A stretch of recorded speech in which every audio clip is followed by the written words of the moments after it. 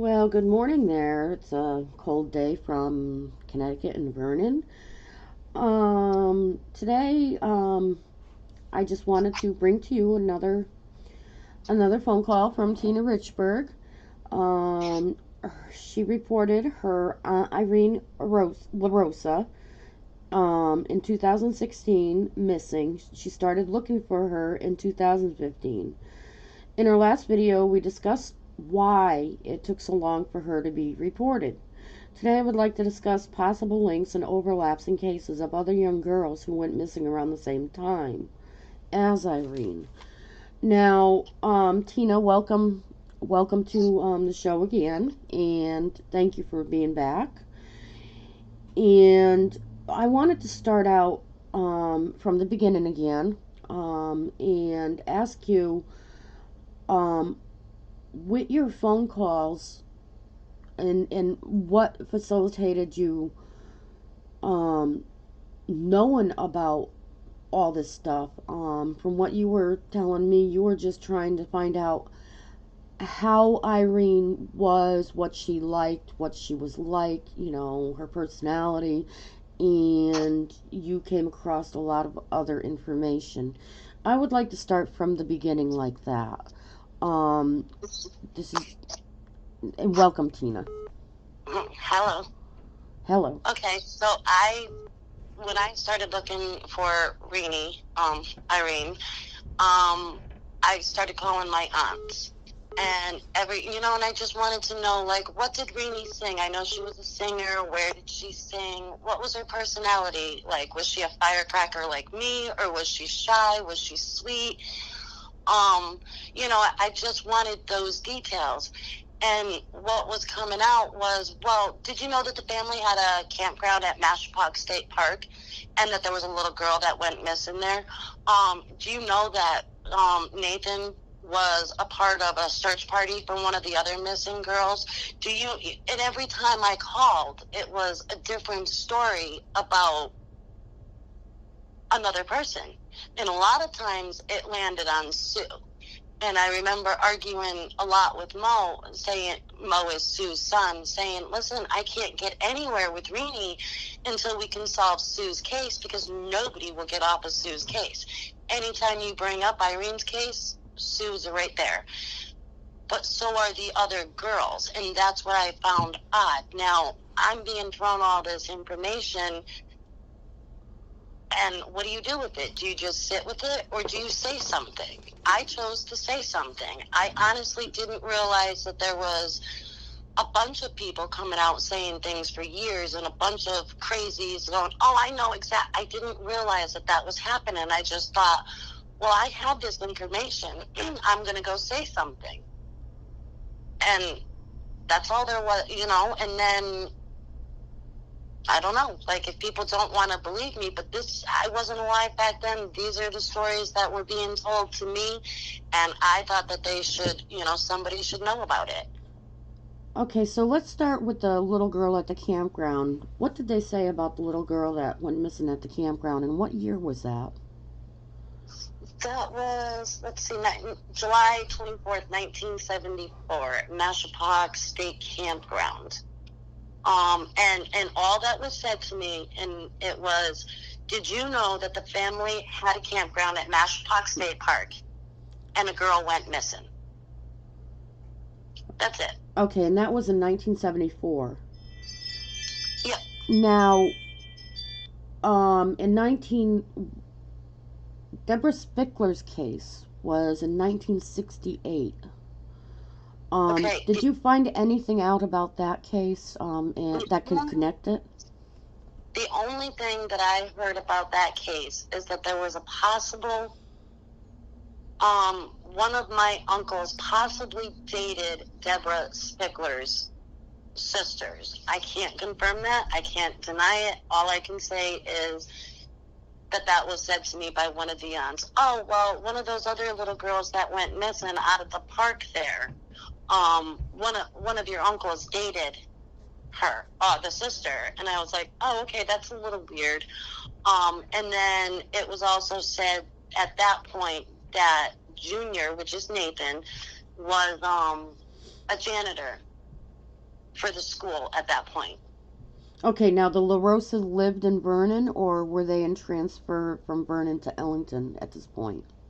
In 1968, they were actually going from Vernon to Ellington. And where did they live in Vernon? They lived on Regan Road. Okay, so they were in the process of moving from Vernon to Regan Road when Deborah Spickler went missing at the park up here in Vernon. Mm-hmm. Okay. So we fast forward. The next case is what, 1972? 1971 would be Irene. Okay. And then we have 73, July 26, 1973, out of Holland. Okay, so what's that case is that that case is Janice. okay, and how would what did you come up with that case with the links? Well, I guess there was a garage that the guys used to hang out down the road from where she went missing. Yet again, can't confirm or deny that, other than there is documentation that the family friend did own a house on that street.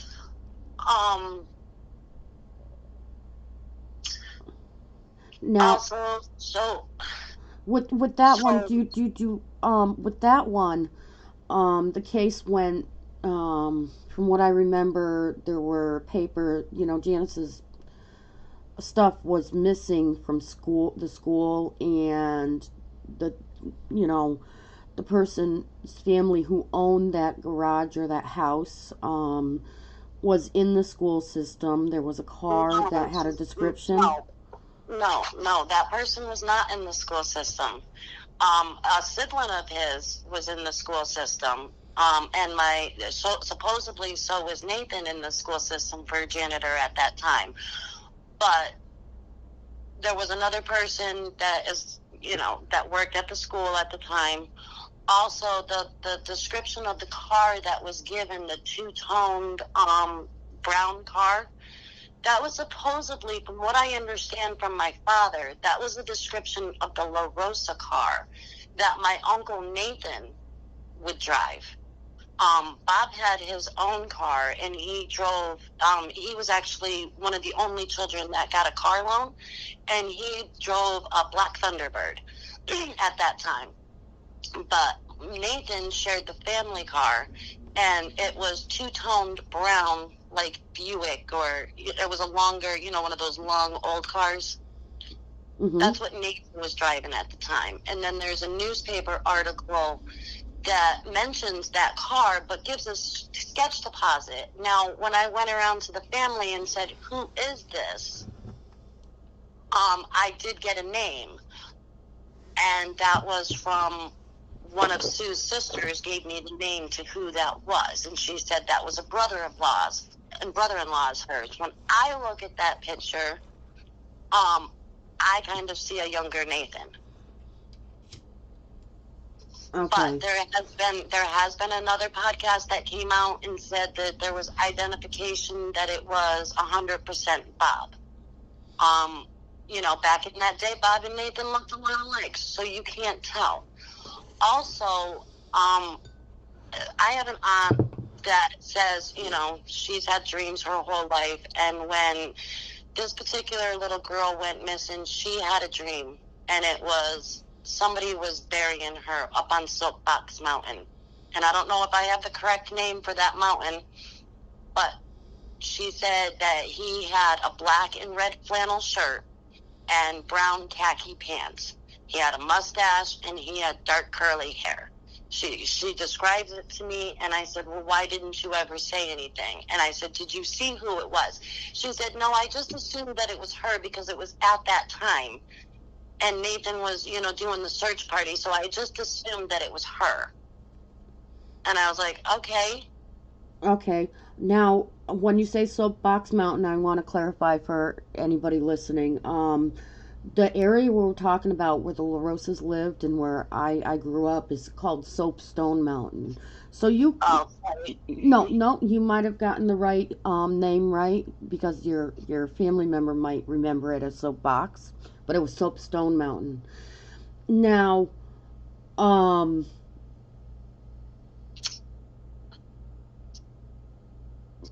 oh God, I just drew a I know. blank. I'm sorry. I throw a lot out there. I don't have a lot of stuff written down. It's kind of all in my head from what people told me. I have little bits and pieces written down because when it was first told to me, I thought it was odd. I was like, "What are you talking about?" Um, and then you go do a little bit of research, and you're like, "Oh, that's what you're Oh, talking about." that's. I'm sorry. I did it again. The question I had was we had a discussion yesterday, and you had mentioned Nathan being a part of the search party, and how that was just totally probably unheard of him being in the search party. Can you That's odd. expand on what his personality was? Why you think that it? Ooh, he was fat. He was, well, not fat to the point that he couldn't do harm. He was a big, lazy, disgusting, volatile man. He was, that fat, sweaty, disgusting man that you would see, just kind of sitting in the corner lurking at everybody. Um, you know, People would say he was probably not the sharpest tool in the shed. My father says that all the time. He was just not smart. But I don't see him getting off the couch and going for a search party through the woods. It just doesn't make sense to me with what I know of him.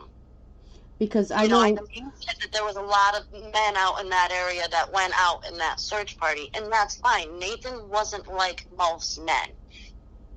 Well, that's what I wanted to put out there is because it would make certain sense that if they hung around the garage up there, that the men who hung around the garage would go out in the search party too because they were in that area. And I do have an uncle, I do have a few family members that were part of searching for Janice. And when I said, well, if he hung out there, maybe that's why he was in the search party. And you're what you told me makes a lot of sense. If he's the type of person that said, oh, you go and I'll just sit here, drink my beer, and have my eat donut or whatever, you know and I thought that was an important bit of information, why it was so strange that he was even in the search party. Yeah, that would be like saying that my meme at 500 pounds got up and decided to go, you know what I mean, take a hike in the woods. I mean, it just wouldn't be, you know what I mean? Like, that's not something, no. And everybody in the family knows how Nathan is. Right. So, yeah, So with Janice, you also had a dream around for that. Um, I did. that I helped. did.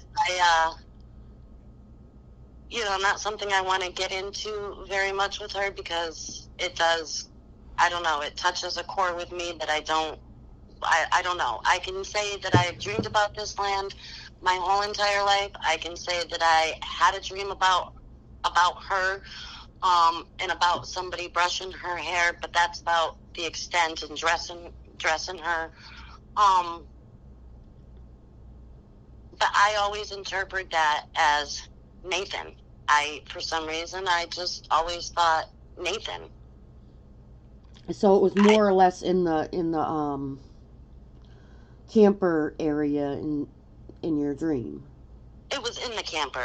I know that it was in the camper, like, so it was in Nathan's camper. And this is the thing with the dreams, okay? And not I'm not going to cut you off. Is I've had dreams about certain things that went on in that area, which I already expanded on in my last video. Um, you had another aunt that had a dream. You had a dream. It's almost like the land cries out to you to Well, find me. no, it's not even true though, because my whole family is very, my other aunt dreamed of my grandfather falling off the roof and getting hurt, and that day he did. So it's not unheard of for some of the women in my family to have these very lucid dreams. Now, I'm not telling you that I get them every day. I'm not telling you that I have them all the time. I'm saying when they do happen, they're very real. And I wake up and I'm sobbing and I'm mad and I'm angry. And some of this backlash that everybody's getting from me is from this. Like, so I'm having these dreams. It pinpoints me to this area. I say something, just to kind of, okay, can we just at least look at this area? Can we just look?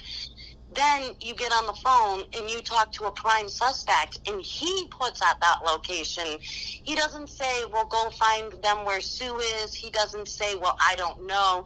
He says to me twice, if those, and this is exactly how it said it. He said it, excuse my French. If those fucking girls are anywhere, they'd be over here. So he has So he has did not no. just say, he didn't say if Irene was somewhere. The conversation was about Irene. It wasn't about the other girls at that point. I was looking for my aunt. He knew my aunt. He dated my aunt. I wanted to know more about her since, I couldn't get it from anywhere else.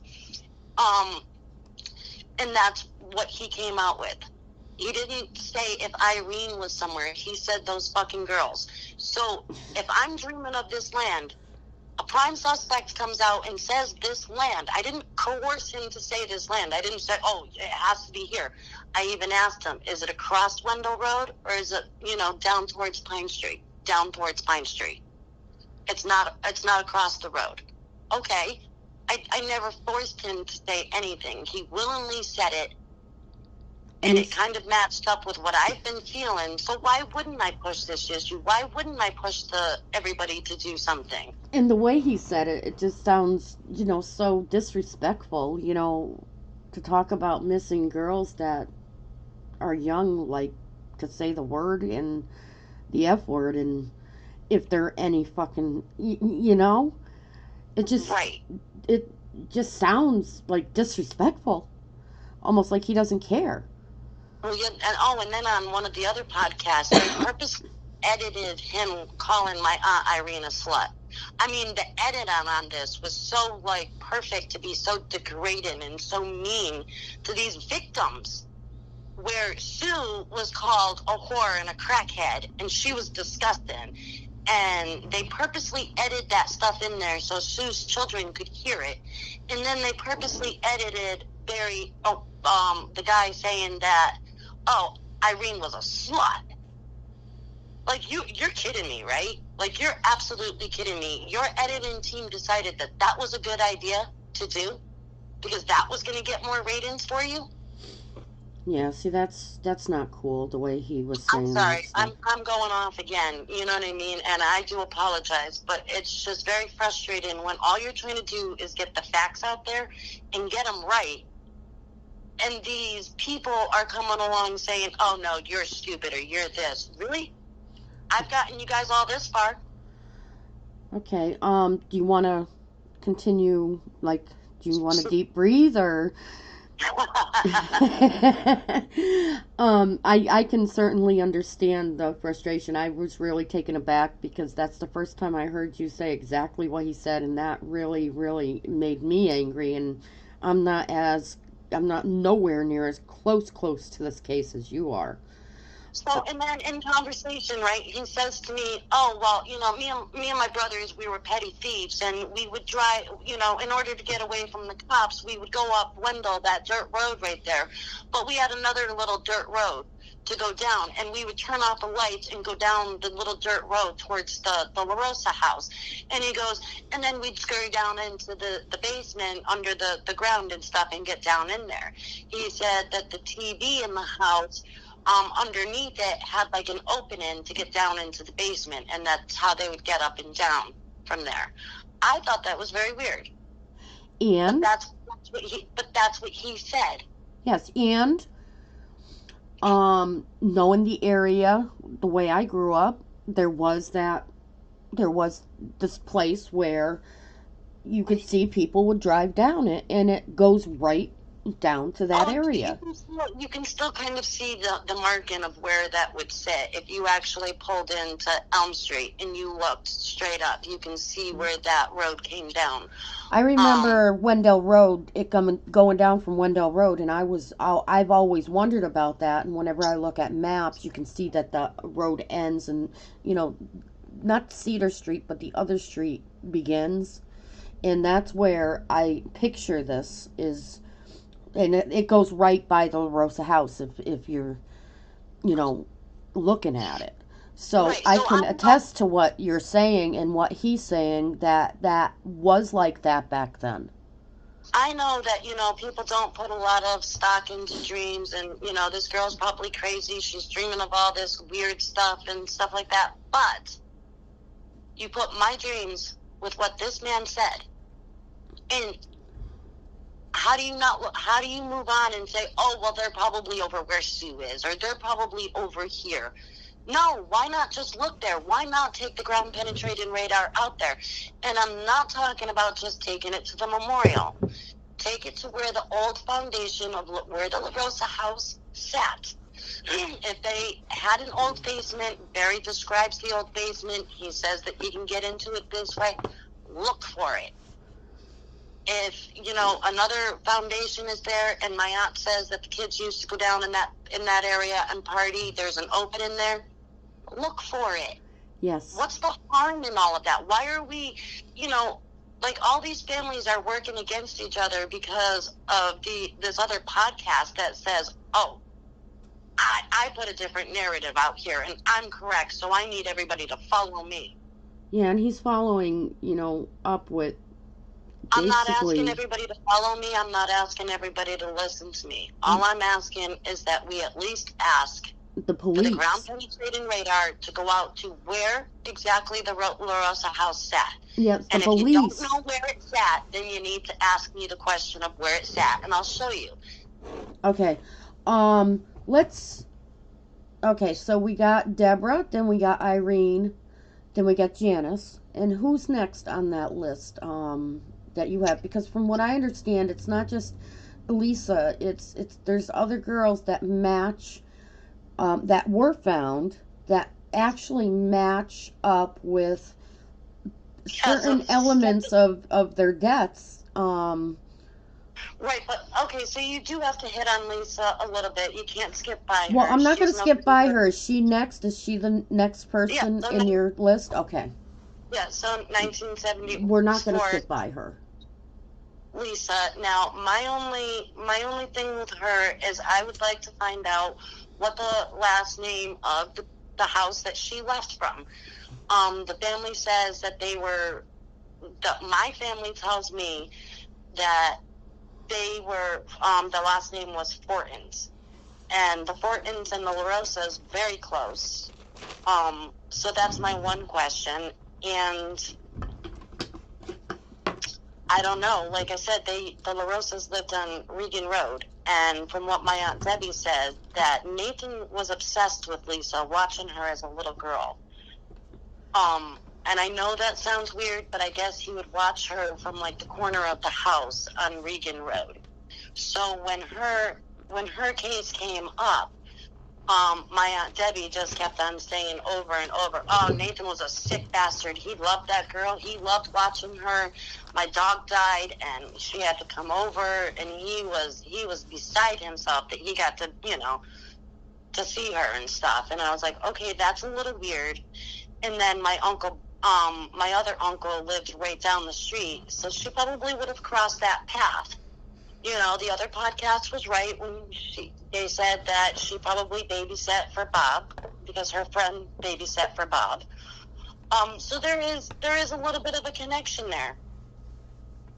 Okay, now I just thought about something. I want to go back to Irene. You had mentioned that there was a girl that was found on the road Oh, with Stephanie. with a blunt force trauma to her head the Hmm. day before, or around the same exact time, like within a day, that Irene went missing. No, no. Hold on. Okay, I Hold on. want you to Let me. expand on that and get that out too. Okay. Stephanie Oaksley. I don't know if I have her last name correctly, but July 21st, 1975, East Windsor, Route 5. Um, Now, my question about this one is that is the day before supposedly Sue went missing. Susan LaRosa went missing July 22nd, 1975. Okay, that's my other aunt. Stephanie Oaksley, I, I didn't get a name, but there was a conversation that went through the family about how my uncle said, "Oh, stay away from my friend. We were driving down the road and we seen this girl and we grabbed her and we did this to her." And then that same man told his daughter, "Oh, stay away from Bobby because Bobby, we were driving down the road and we picked up this girl. It was really, really quick and stuff. And we tortured her. We raped her. We stuck a light pole up her butt and we propped her on the side of the road, on the sidewalk, or on the side of the road." So when I went looking through cases, I was like, okay, who was left on the side of the road? And the only person I could find was her. And I said it was a very odd description that he said that it was very fast. And the newspapers also said, you know what? It was very fast. It was a matter of like 30 minutes that she was missing and found. And they did this as a game. They thought it was funny. And I can't wrap my head around it. But when you hear a story like that, again, do you say something or do you keep it to yourself? Because keeping it to yourself is a lot. You know what I mean? Like if you can find the girl and you can find the you know what I mean, the location and all of that fits that description, why do you not say anything? Now that was Susan, so I mixed up Irene and Susan. Yeah, so right after that, July 22nd, 1975, Susan supposedly went missing. She supposedly walked to the store to call her mother and get baby formula. Okay. And then 3 years later, she was found. Now we've already kind of touched on Sue, right? Like we've Yes. done a lot of, yeah. Yes. Everybody, I think, if they listen to the other podcasts, know about the Sue situation, and we touched on it with the last one. So okay, so that's why I wanted to go back, because I thought it was Irene that went missing, but it was Susan. Um, so we were at Lisa White. She babysat. Nathan used to sit there and watch her in his lurking way, like he watched you that time in Hmm. Florida. Yeah. She used to. Oh, and you had mentioned a birthday party, somebody's Uh, birthday with that. yeah. One of my uncles turned 30. No, that was. You're confusing me now. I'm confusing me too. I'm sorry. Okay, Okay, that's okay. okay. With Lisa is you had mentioned. With Lisa, I had mentioned that there was a 30th birthday party the night before she went missing, and I wondered who were the people that she was partying with. If the cops have that information, if she was arrested that night, the cops should know who she was partying with and should have those names down. It said older men. Which older men? Okay, because You know what I that's mean? important. That's important stuff. I mean, It is. that's what I meant about the birthday party and who she was partying with, and you had an uncle that had a birthday party, so um, Right. and there's a connection there too. Now, Like, I can't guarantee that these are 100% connections. I can't say, you know what I mean? Like, that they're not. all I'm saying is there's a lot of coincidences to say, okay, there's nothing, nothing to do with this here. It doesn't make any, there's too many. And everybody knew each other. I mean, that's, there's a lot of coincidence. And, that's why these cases are so hard, is because, and you can't just, like, say one person, because there's a lot of people that were involved. And, Right. that's hard enough for you and the family to wrap their heads around, much less have law enforcement wrap their heads around it. And then you got other people interjecting their thoughts on it and getting Well, it's thoughts hard into enough other to keep people's track. heads. It's hard enough to keep track when you know all the family members and the individuals. It's very hard. I couldn't imagine an outsider trying to take this story and tell it, and you know what I mean, and get it all straight, because it's almost impossible. So these web sleuthing forums that are trying to wrap their heads around it are not going to be able to do it, because there's way too much involved in it. Like I said, everybody from that area around that time should go to their family members and say, hey, what do you remember about this? Or what do you remember about this person? And we might actually get somewhere. And actually be Because honest about it. it's the tad bits of information, like, that I've been getting through the years of, you know what I mean? Hey, did you know this? Or hey, you know what I mean? Like, this is weird. And yeah, you put them all together and it's like, okay, yep, that's a little weird. Yep. But I don't know. Like I said, I'm not. What was the next case? It's not for me to decide. It's for the cops to decide. It's for the cops to look into it. At this point, they're saying that they're basically, overlooking that land. I say that's the wrong move. I say at least take ground penetrating radar to the area of the old foundation and to where the LaRosa house sat. That's my only request. If they do that, I will shut up and I will go away forever. If you don't do that, you're going to live with me forever, and I'm just going to run my mouth. And nobody can blame you. Nobody can blame you. But anyway, That's not a lot to ask. I don't feel not a lot to ask. We have two other people on this list. Okay? Okay, go on. I also have Patricia Luce, and I don't know why I have Patricia Luce. I know that everybody says, oh, that case was basically solved, and I don't know. For some reason, I have her on here. I have her July 18th, 1978.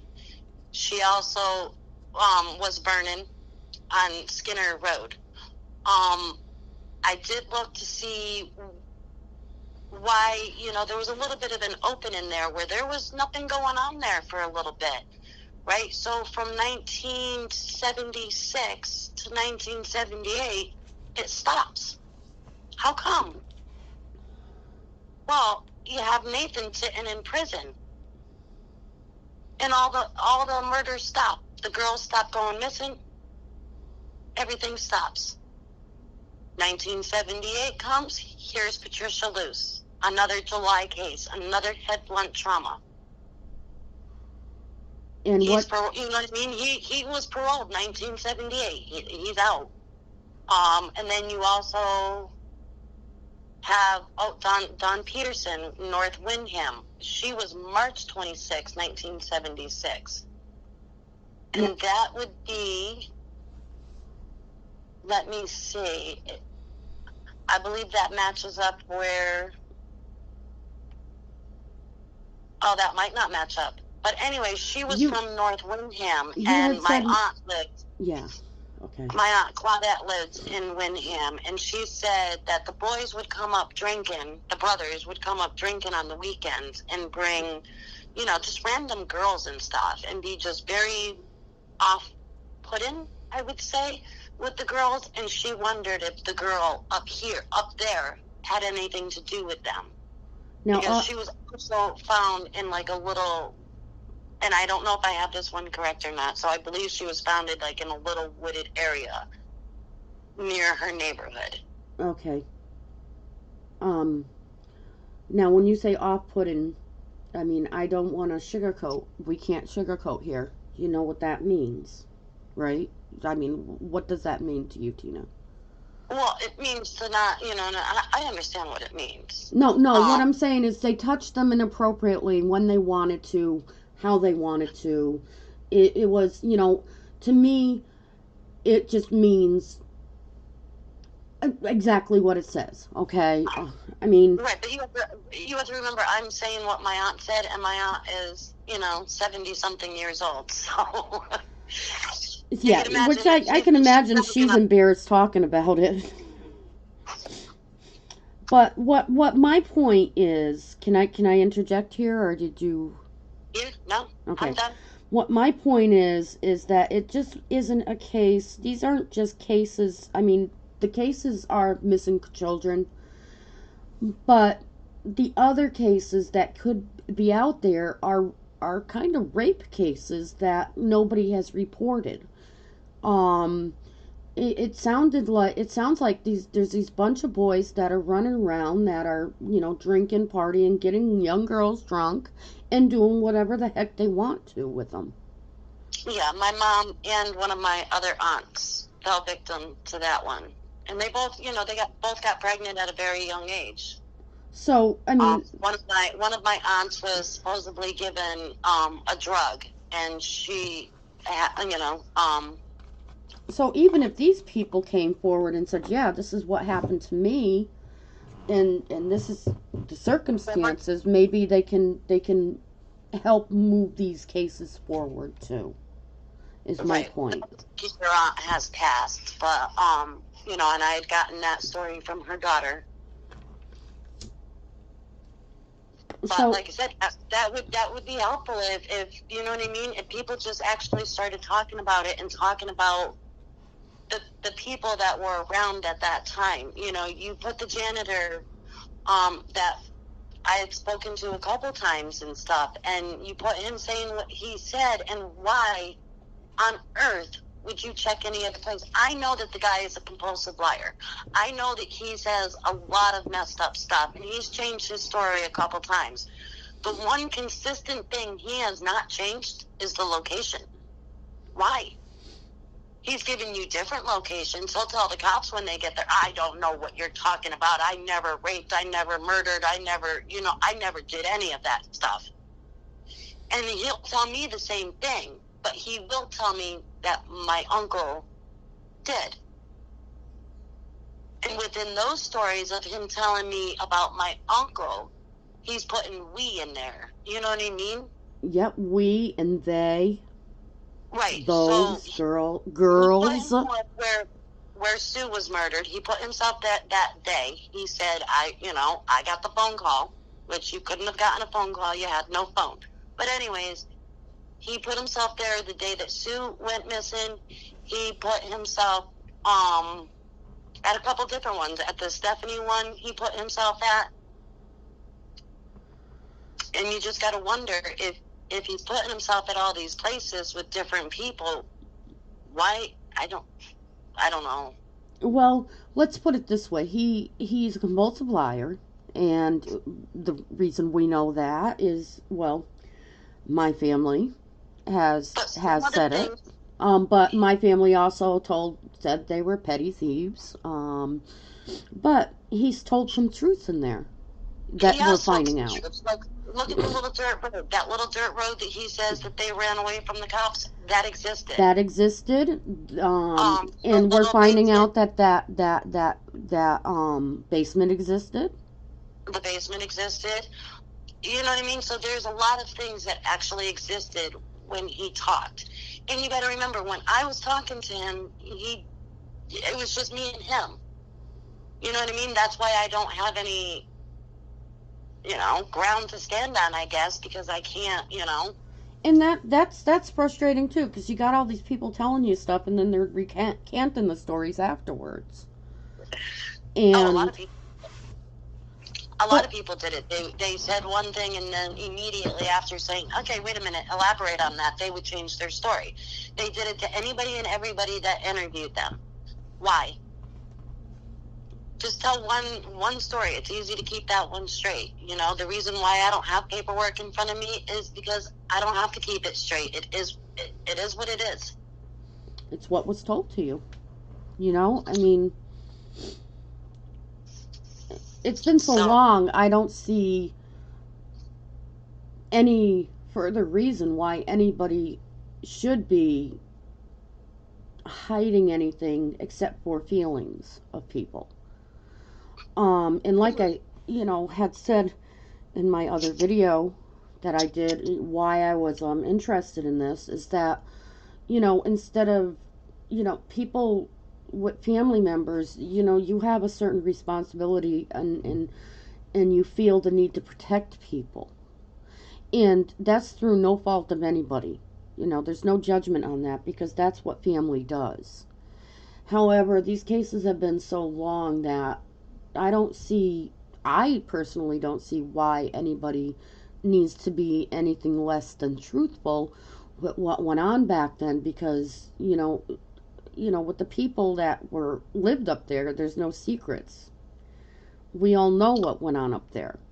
I think the one thing that bothers me most is everybody says, well, it's been 50 years. Even if they're up there, we're never going to find them. That's not true. Can we change the mindset on this one? Can we say, you know what I mean? Okay, let's find them. Let's not say we're not, you know what I mean? Like, we're never going to find them. It's been too old. No. Let's just say, okay, we're going to find them and put some actual effort into it. Yes. And we're never going to find them, because stranger things have happened. Up here in Vernon, they found somebody in a landfill that went missing for a while. They're finding them all over. They're finding cases from 40 years ago where people went missing, in lakes and stuff, in the United States. I've been reading a lot of accounts lately that they're finding missing persons, and these missing persons are from like the 1960s and 70s and 80s. So it's not unheard of that you can find somebody. Right. And it's one thing for me to say, okay, I really do believe that all 5 of these girls are together. Now, I know everybody says there's only 4 missing, but I will say 5. Okay? And I say that because that's how I feel. I believe that there are 5 girls out on that land. And the person, the other suspect says, look at that land. Just look at it. Just go and look. It's not going to do any harm. It's not going to, you know what I mean? Not. Like, there's no harm done. You've invested all your time in all these other psychics and all these other people. I'm not claiming to be psychic. I'm claiming to have had some pretty weird dreams about my family members harming other people. That's not so far-fetched. When you look into, you know what I mean, dreams and stuff like that, like, it can happen. Yes, and it usually does within families. It usually does within families. That's one of the things. I'm not just dreaming of these random murders. Now, granted, I have had, a dream about a different Connecticut case that has nothing to do with any of these cases, but I've dreamt about her. You know what I mean? But in these certain cases, it's because my family member did it. That's why I dreamt of it. It's not because I'm, you know what I mean? Like, yes, and I'm sure it's not very. You've had to come over the hurdle where it's uncomfortable to talk to where now it's like, it's not even about me. This is about human life. This is about. No, everybody wants me to not mention it, and everybody not wants me to talk about it and stuff like that. Like, I've deleted most of what I said on my page because nobody wants me to talk about my dreams. They say it's ridiculous. And it's not. It's not ridiculous. But it's led me to this point, and this point looks better than anybody else has gotten to finding these girls. Now, if the other families want me to take the other girls out of it and I'll just search for Irene, that's what I'll do. You know what I mean? But when Barry said, If the girls are anywhere, they would be here. He didn't just say Renee. So why would I just look for Renee? Do you want me to be selfish? Do you want me to just be, you know what I mean? Like, and why would anybody want to? I mean, it's just, you have to do the right thing. If you have information, if somebody's telling you something, and they're saying, if, I mean, he could have sat there and said, well, we had nothing to do with it and denied it. He didn't say that. He said, if they're anywhere. And that means that there's some sort of truth, and he knows. right. So I don't know. Like I said, we will see, you know, in the coming future on what people decide to do. You know, I'm done. I put my stuff out there. I'm done until the cops can figure it out or somebody else can figure it out. You know what I mean? I appreciate you letting me say what I had to say, because I don't know what else to do. Well, there's not much more you can unless, you know, other people come forward and are truthful about everything that happened, not trying to, you know, trying to put your feelings aside and trying to put the protection of your family members aside is not an easy task to do. So, and unless somebody else comes forward that's being truthful about what happened with these things, there's not much more you can do, Tina, except for you're pleading with the police. And when she said ground penetrating radar, she means the police. She doesn't mean some Joe Schmo from that heard about these cases like I did, and the heart goes out to them and stuff. She means she wants the police to go out there and check it out. I want the state police to go with the ground penetrating radar. And I fully believe if everybody pushed together and said, listen, there's not too many coincidences like this. You know what I mean? Could you at least look? The families, you know what I mean? Like, ask them to look. What's the harm in it? What's it going to do? Take another year? And not even? And the other thing is, how do people think that, I'm going to use you as a third person like you're not here. How do you think Tina feels? Is she has family members missing, and her family members are the ones that are being accused of doing this. I mean, other people have family members missing, and it's really hurtful and stuff, but she's really putting herself out there, trying to find out what happened to other people's family members that is implicating her family in the process, and that's huge. That's a big thing, and that's. Well, I'm still implementing my family too. Like, I'm throwing my family under the bus. I'll admit it. Yeah. Yeah. I mean, but I'll tell you what. Not a lot of people would be like, yeah, I think my uncle's a serial killer. You know what I mean? Like, not a lot of people would be doing that because it's hard. That's hard, and it's. I have a lot of respect for you, Tina. So I think that's. Are there any other girls out there that? Okay, now you had touched up on the similarities with the girls that they did find. It's blunt force trauma to the head, and were they raped? I have no idea. Okay, so all of them were blunt force trauma to the head. And when we speak of blunt force trauma, even Susan was blunt force trauma, and there was talk about, you know, it not being a metal pipe, but it was a rock that did it. Right. Never confirmed. You know what I mean? Like, we can never really know what it was because the cops never went into the house to look. So. I mean, and in the family dynamics, you do know that your meme. I do know in 1980, my Uncle Nathan moved down to Dundee, Florida. And I can tell you, in 1980, a lot of girls started missing in Florida. Is that a coincidence? I don't know. You know, did he like to get in his car, drive around and lurk at girls? Yeah. So being an hour away from Dundee and a girl goes missing, not so far-fetched.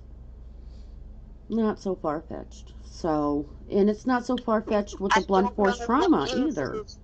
Right. I don't know what cases, you know what I mean, would be connected to him. And like, I don't know. Well, going to another state, seeing all that stuff, it's kind of much. You know. Right.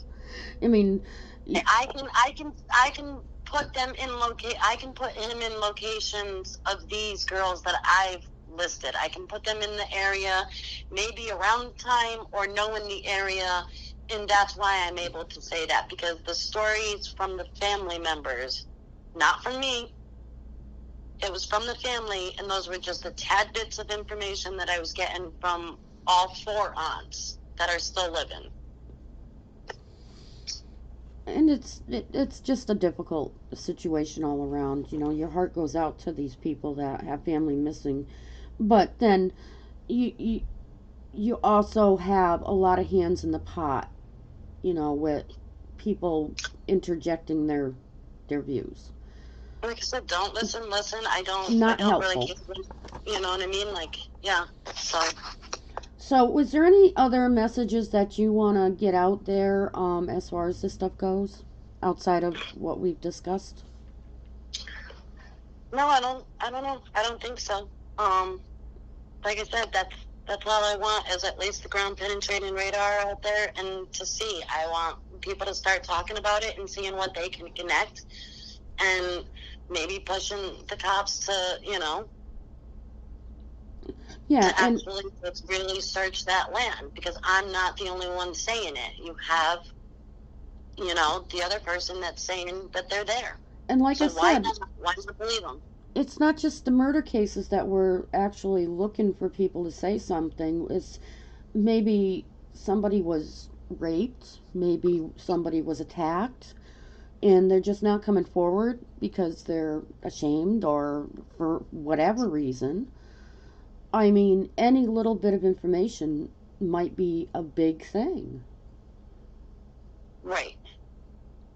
Like I said, I know Nathan had daughters that he molested. I don't want to call them out, because that's not nice. He had stepsons that he went to jail for molesting. That's also not nice. But you know what I mean? There's a long history of, people that he raped and got away with. And we're not calling anybody out. We're just asking you to come forward, and not come forward to us necessarily. Just call the number that is on the screen. Call the Connecticut State Police But then, with it. You don't have to even talk about it to anybody except for them. If you don't want to. You know, I mean, right, but you also have that other family that you really should probably throw in there too, because his hand was in the pot the whole time.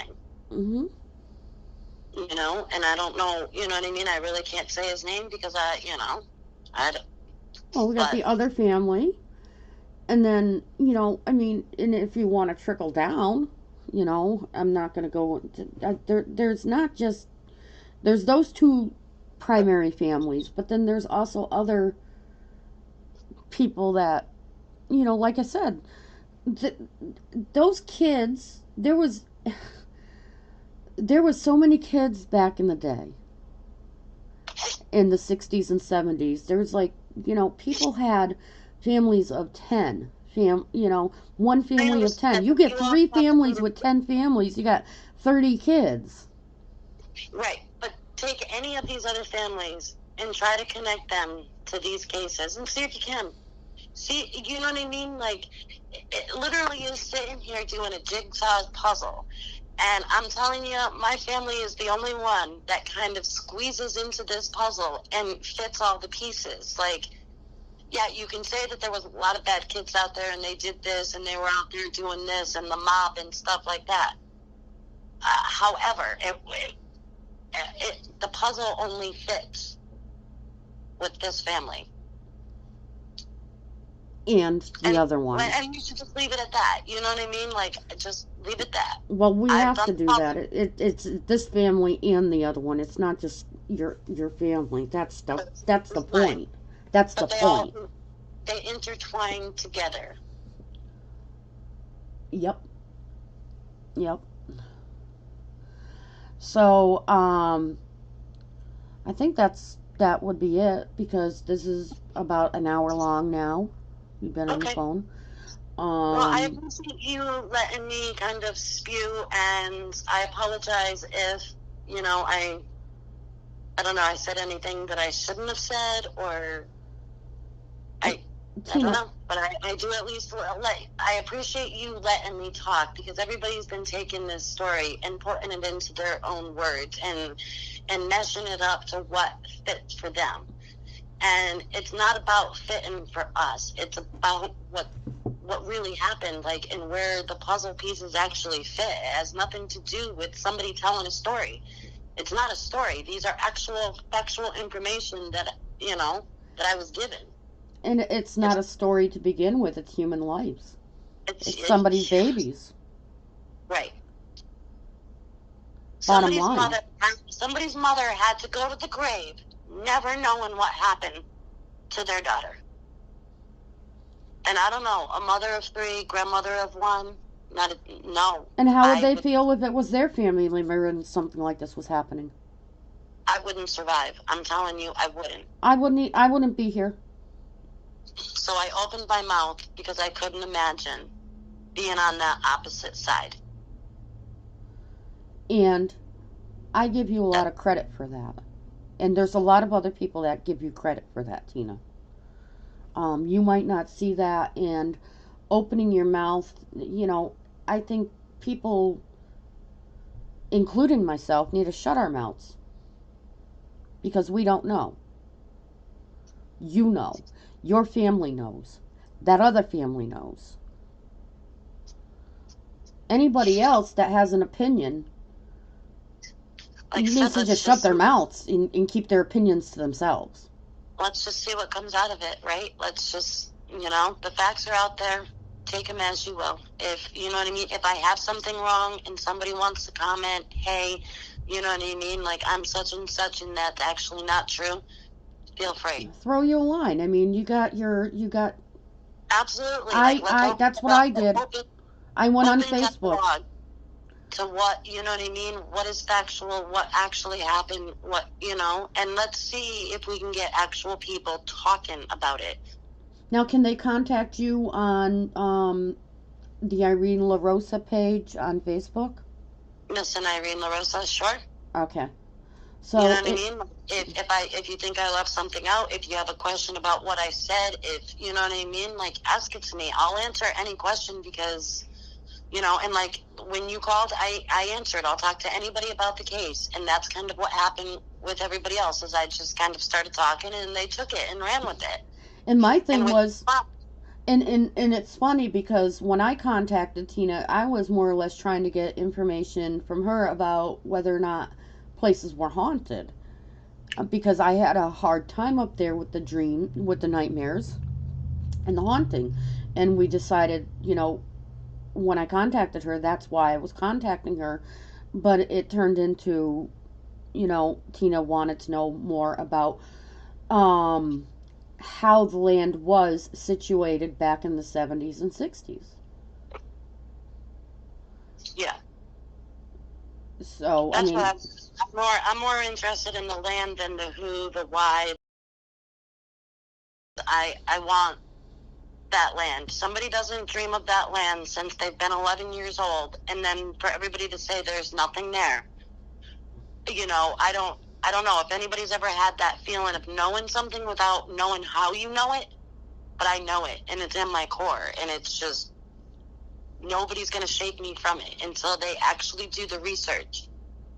And nobody should even try to do that. Prove me wrong and shut me up. I'll make a bet with anybody, okay? Prove me wrong. But you have to bring me the full documentation of what you did and tell me that there is nothing on that, and show me. And if you can't do that, then leave me alone and let me do this.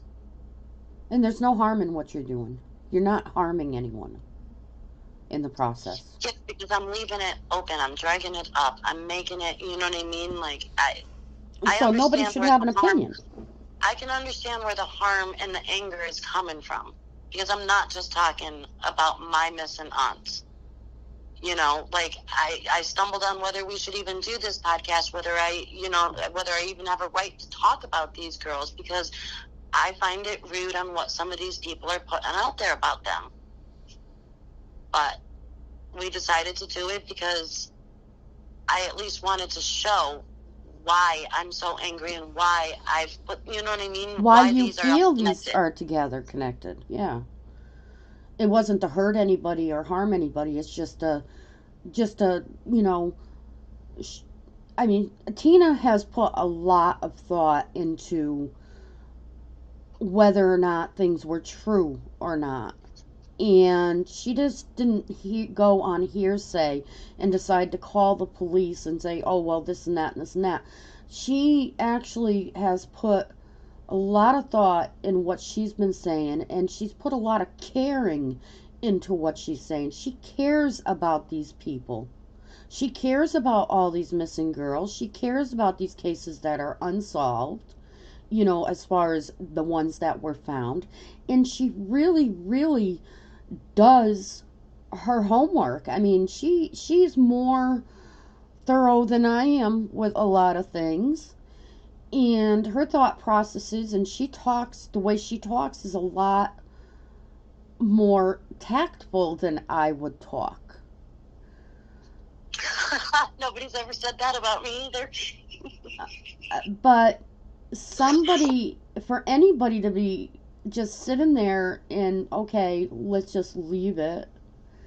I mean, and for somebody to have an opinion on any of my videos with this, it's really, you know, there's no opinion to be had. It's just a video. It's a video to get questions answered. I do appreciate it, and we will, you know, let it go here so it doesn't go too long and stuff. But I do appreciate all your hard work and listening to me. I do.